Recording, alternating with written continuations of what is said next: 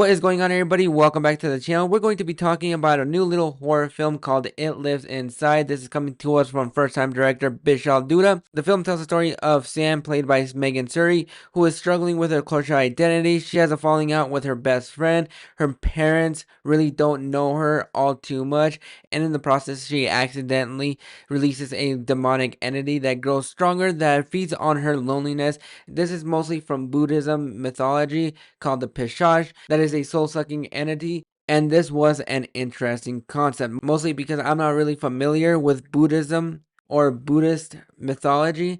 I think the premise for this movie is very intriguing. You have a soul-sucking demon that if anybody tries to help the person that is possessed, then they are essentially in danger as well. And so you have those conflicting things because it could be one of your family members, or it could be a friend or a neighbor, that anybody that helps you, this demon is gonna go after them.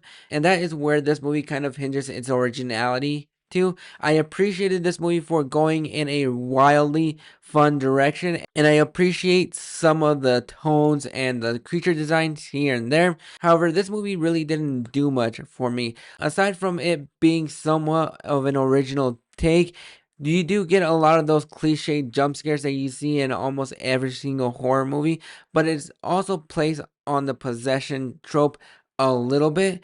And I love what they were going for in that there are a couple of creepy images here and there, but there are also moments where it's hard for me to take this movie a little bit too serious because there are people getting thrown around like rag dolls. And that is where I think this movie kind of falls for me a little bit, because for a majority of this movie, you don't see the demon. And I absolutely love that.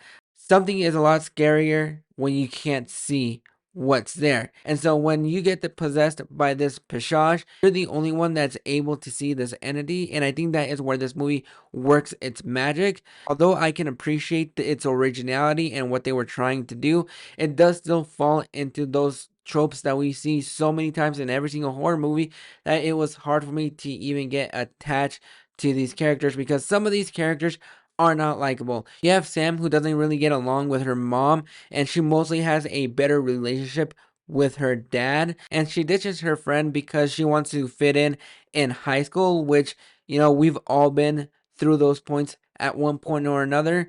It might have not been this excessive. And when it comes down to the horror elements, what Bishal Dutta does with this movie is great. I love it when it doesn't rely too much on jump scares, but it mostly relies on your fears.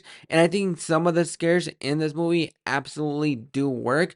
But then once we get into the last half of this movie, the wind in my sail was taken out, and I was a lot more interested in the first half of this movie, and I was far less interested in what was going on in the last half of this movie, because I felt like it once we get into the last half of this movie, that's where it runs into a lot of the cliches that we see in a lot of horror movies. And while I do appreciate this movie for its originality and what it was trying to do, it just didn't do much for me to escape all those and do a lot of creative stuff, because you have a lot of creative stuff in the first half. And Megan Suri is great in this movie. I think she holds this movie as the lead, and she is absolutely fantastic. But once we get into the last half of this movie, and especially the ending of this film, it kind of dips for me a little bit, and that is where I was least interested in the movie, whereas I was more interested in the first half of this movie.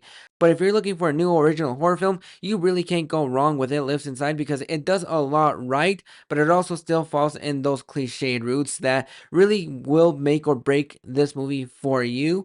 But overall, I'm going to go ahead and give It Lives Inside a 6 out of 10. I appreciate the originality, and I do like the first half a little bit more than the last half of this film, but it is a fun ride. I think this is going to be a fun little horror film, and I would love to see more horror films like this. But those are my thoughts on It Lives Inside.